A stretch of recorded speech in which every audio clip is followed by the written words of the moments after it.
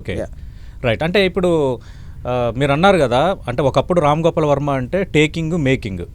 మాలాంటి వాళ్ళని కూడా శివ సినిమాకి టికెట్లు దొరకకపోతే రెండో రోజు మూడో రోజు వెళ్ళిన బ్యాచ్లు మేము కూడా ఉన్నాం. ఎందుకంటే మీ సినిమాల్లో కొంచెం ఆ లైటింగ్, ఆ సీరియస్నెస్, హీరో ఎలివేషన్ అంతా సంథింగ్ డిఫరెంట్ మాకు కొంచెం ఫ్రెష్గా అనిపించేవి. ఆ తర్వాత రాను ఈ మధ్యకాలంలో మీరు తీసిన సినిమాలన్నీ కొంత వివాదాస్పదం అవ్వటం, రాజకీయంగా దానికి ఇష్యూస్ అవ్వటం అన్నీ క్రియేట్ అయిపోయాయి. ఇప్పుడు సిండికేట్ అనే ఒక సినిమా మీరు అన్నారు. ఆ సిండికేట్ సినిమా ద్వారా పాత వర్మని మళ్ళీ మేము చూడొచ్చా? గ్యారంటీ ఇవ్వగలరా?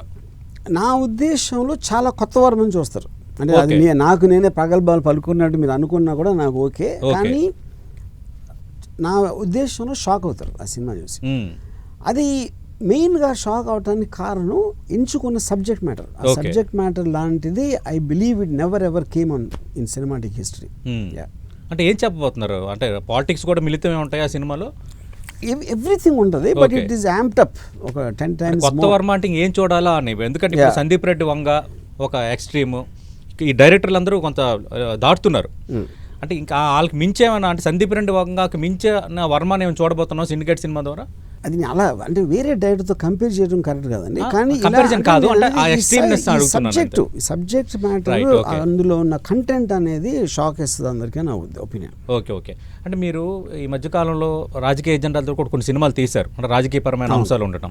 లేటెస్ట్గా మనం మాట్లాడుకుంటే లూసిఫర్ 2 అనేది కొంత కాంట్రవర్సీ అయింది. మోహన్ లాల్ క్షమాపణ కూడా చెప్పారు. ఈ సినిమాల నేపథ్యంలో మీరు చేసిన ట్వీట్లు ఇవన్నీ కూడా కాంట్రవర్సీ అవటం, ఇప్పుడు కేసులు ఎదుర్కొన్న పరిస్థితి ఉంది.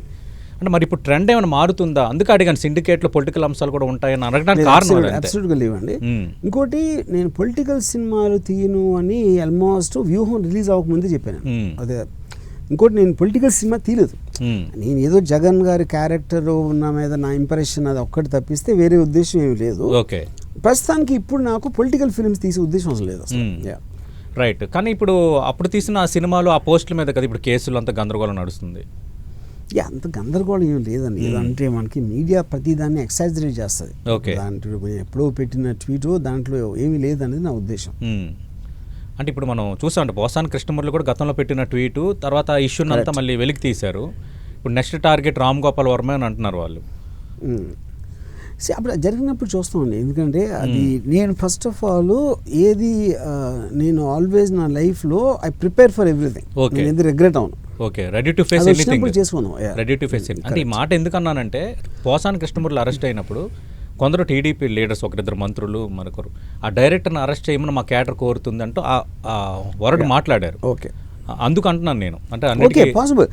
అది అయినప్పుడు చూసుకుందాం అంటున్నాను. రైట్. ఓకే, మీరు ఆ మధ్యన అన్నారు నేను మారాను అని అన్నారు. సిండికేట్ సినిమాలో కొత్త వర్మ అని చూడాలని అనుకుంటున్నాను అన్నారు. అంటే సిండికేట్ మిడిల్ ఇంకేమైనా కొత్త సబ్జెక్ట్ ఏమైనా వస్తుందా?